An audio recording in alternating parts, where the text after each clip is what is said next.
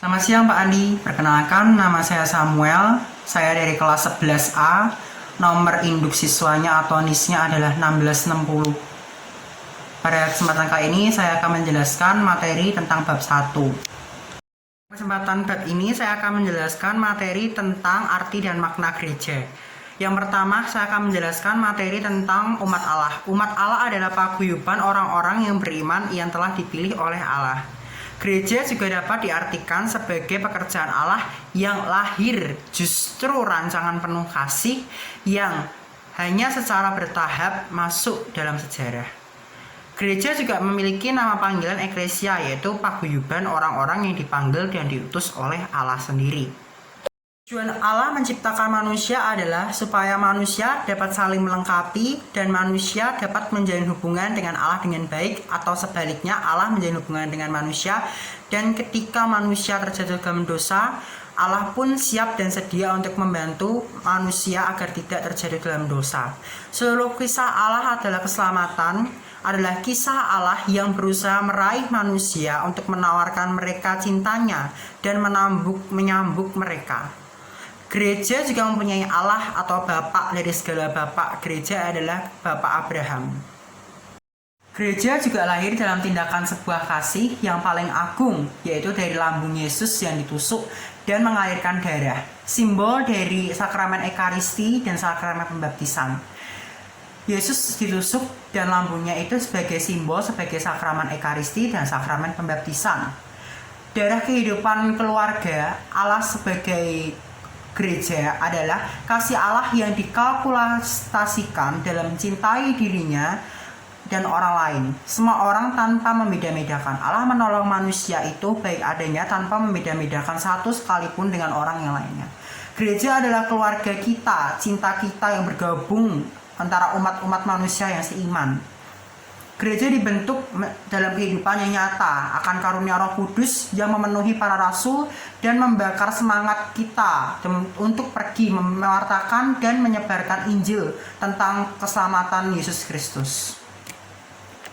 Dosa sendiri memiliki pengertian, yaitu suatu pelanggaran terhadap Allah, tetapi juga merupakan kesempatan untuk merendahkan diri, untuk menyadari bahwa sesuatu yang tidak layak untuk digunakan oleh manusia yang sebenarnya, karena dosa adalah perbuatan yang menyimpang akan kehendak Allah. Dalam hal itu, dosa memiliki pengertian bahwa segala sesuatu manusia yang tadinya tidak dapat berbuat dosa, dapat berbuat dosa karena bujukan si setan atau bujukan dari roh-roh jahat atau yang disebut dengan dosa. Dosa sendiri adalah larangan dari Allah yang tidak diperbolehkan oleh manusia agar tidak terjatuh dalam hal-hal yang tidak diinginkan oleh Allah dan kita sendiri. Gereja juga dapat diartikan sebuah komunitas yang masing-masing merasa diterima dan merasa bahwa tujuan hidupnya itu ada bersama Tuhan sendiri.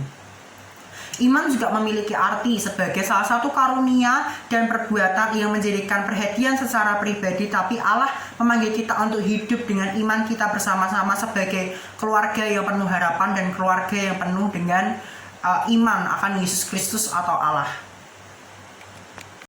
Kisah para Rasul 2 ayat 41-47 juga menceritakan tentang bahwa kehidupan orang-orang zaman dahulu atau orang-orang zaman pertama itu orang-orang yang menerima pernyataan bahwa Tuhan Yesus itu memberanikan diri untuk dibaptis, dan pada hari itu jumlah mereka bertambah sekitar 3.000 jumlah jiwa banyaknya.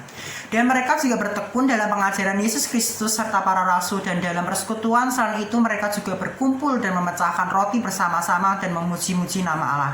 Dan mereka juga banyak melakukan hal mujizat dan tanda, serta mereka juga memiliki hal-hal yang tertarik kepada Tuhan dan menyembah nama Tuhan dan merayakan beberapa perayaan Ekaristi bersama dan membagikan harta mereka adalah harta milik bersama tanpa membeda-bedakan satu sekalipun orang satu dengan orang yang lainnya.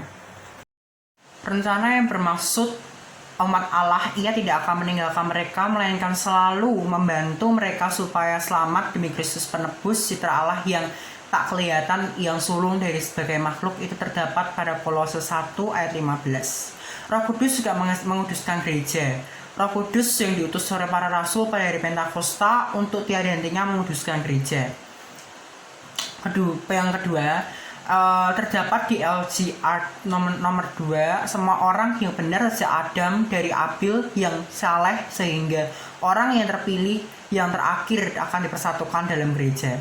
Selain itu, gereja tubuh mistik Kristus juga dimaksudkan dalam 1 Korintus 12 ayat 13 yang bertuliskan bahwa karena dalam satu roh semua telah dibaptis menjadi satu tubuh.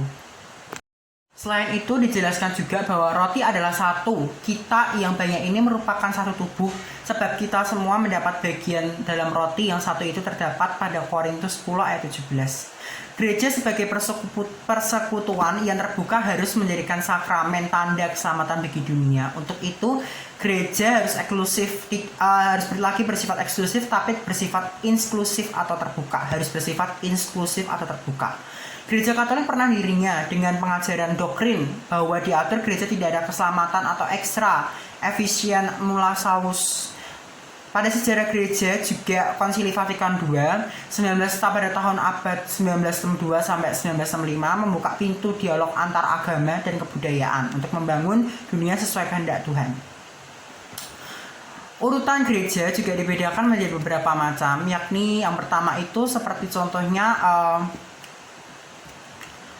tata cara urutan dalam gereja, yaitu paus yang pertama, kedua uskup, yang ketiga imam, yang keempat adalah biarawan-biarawati. Cara hidup jemaat perdana terdapat pada Kisah Para Rasul 44 ayat 32 sampai 37. Dan setelah itu juga tertulis dalam 1 Korintus 12 ayat 12 sampai 27. Yesus juga disebut sebagai Barnabas yang artinya penghiburan. Seorang Lewi dari Siprus, ia menjual ladang miliknya lalu membawa uangnya itu dan meletakkannya di depan kaki para rasul.